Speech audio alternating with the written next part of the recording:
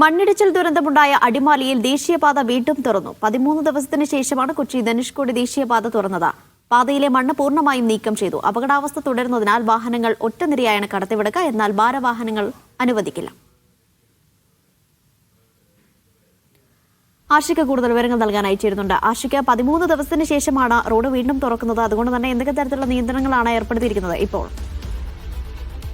അനീഷ, കഴിഞ്ഞ 25-ാം തീയതി അർദ്ധരാത്രിയിലായിരുന്നു വലിയ മണ്ണിടിച്ചിൽ ദുരന്തമുണ്ടായി കൊച്ചി ധനുഷ്കോടി ദേശീയപാത അടിമാലിയിൽ പൂർണ്ണമായും ഗതാഗതം തടസ്സപ്പെടുന്ന സാഹചര്യത്തിൽ എത്തിയത്. പിന്നീട് ആ മണ്ണത്രയും മാറ്റിയതിനു ശേഷമാണ് ഇപ്പോൾ ഗതാഗതം ഭാഗികമായി പുനഃസ്ഥാപിച്ചിരിക്കുന്നു എന്ന് പറയാൻ കഴിയുള്ളൂ. അപകടാവസ്ഥ നിലനിൽക്കുന്നതിനാൽ വാഹനങ്ങൾ ഒറ്റനിരയായി മാത്രമേ കടത്തിവിടുകയുള്ളൂ. അതേസമയം ഭാരവാഹനങ്ങൾ അതുവഴി കടത്തിവിടാനുള്ള അനുവാദവും ജില്ലാ കളക്ടർ നൽകിയിട്ടില്ല. ദുരന്ത നിവാരണ അതോറിറ്റി നടത്തിയ പഠനത്തിന്റെ അടിസ്ഥാനത്തിലാണ് നിലവിൽ വാഹനങ്ങൾ കടത്തിവിടാനുള്ള അനുവാദം ജില്ലാ കളക്ടർ നൽകിയിട്ടുള്ളത്. അതേസമയം കൃത്യമായ നിയന്ത്രണത്തോടു കൂടിയായിരിക്കും ഇത്തരം വാഹനങ്ങൾ കടത്തിവിടുന്നത് എന്ന് ഇതുമായി ബന്ധപ്പെട്ട് ജില്ലാ ഭരണകൂടം പുറപ്പെടുവിച്ച ഉത്തരവിലും പറയുന്നുണ്ട്.